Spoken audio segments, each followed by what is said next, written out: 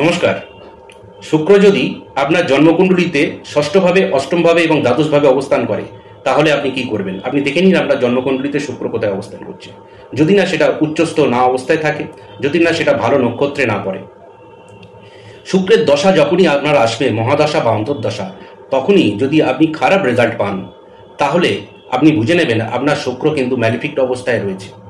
এই শুক্র থেকে বাঁচার অনেক উপায় রয়েছে। এই যে শুক্রের যে অশুভত্বটাকে আপনি কমাবেন কি করে? অনেক জ্যোতিষ মশাইরাদের দেখেছেন যে তারা হয় ডায়মন্ড পরিয়ে দিচ্ছে অথবা জারকান পরিয়ে দিচ্ছে। আলটিমেটলি এসব করে কিছু লাভ হবে না, পয়সাটা আপনার মিছে মিছে খরচা হবে।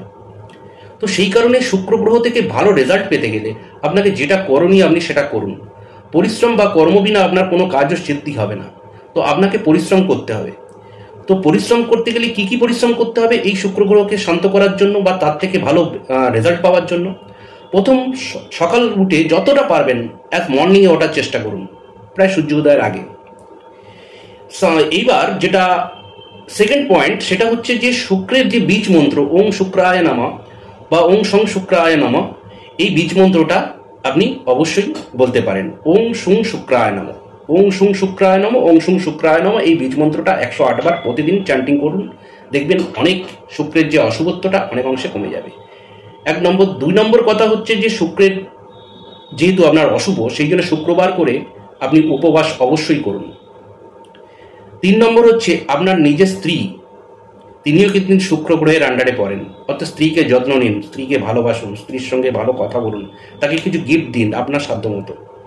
দেখুন শুক্র অটোমেটিক্যালি আপনার ব্যালেন্সে এসে যাবে। বিশেষ করে মেয়েদের সম্মান করুন, তাদের অসম্মান করবেন না। শুক্র গ্রহ অটোমেটিক্যালি আপনার নেগেটিভ ইম্প্যাক্ট দিতে শুরু করবে আপনার জীবনে। মিজরি বা মিষ্টি জাতীয় কোনো প্রসাদ মন্দিরে গিয়ে আপনি সবাইকে দান করে দিন বা খাইয়ে দিন। আমি যে উপায়টা আপনাদের বললাম, এই উপায়টা 100% রেজাল্ট আপনাকে এনে দেবে। আমি আপনাকে কোনো রকম তুকতাক বা এই জাতীয় কিছু আমি বলছি না। তুকতাক করা এগুলো আমি পছন্দও করি না।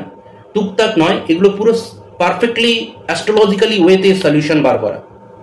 তাহলে প্রথম যেটা আমি আপনাকে বললাম, শুক্র গ্রহের বীজ মন্ত্র পাঠ করুন, শুক্রবার দিন উপবাস করুন, স্ত্রীকে এবং মহিলাদের সম্মান দিন। 4 নম্বর পয়েন্টে আমি বলেছি যে মিজরি, বিশেষ করে মিজরি আপনি মন্দিরে প্রসাদ হিসেবে সবাইকে খাইয়ে দিন। দেখুন এই কটা পয়েন্ট আপনি পালন করুন, দেখুন শুক্রের মহাদশা এবং অন্তর্দশায় আপনি খুব ভালো রেজাল্ট পাবেন। সকলে খুব ভালো থাকুন, সুস্থ থাকুন, আপনাদের দিন শুভ হোক। নমস্কার।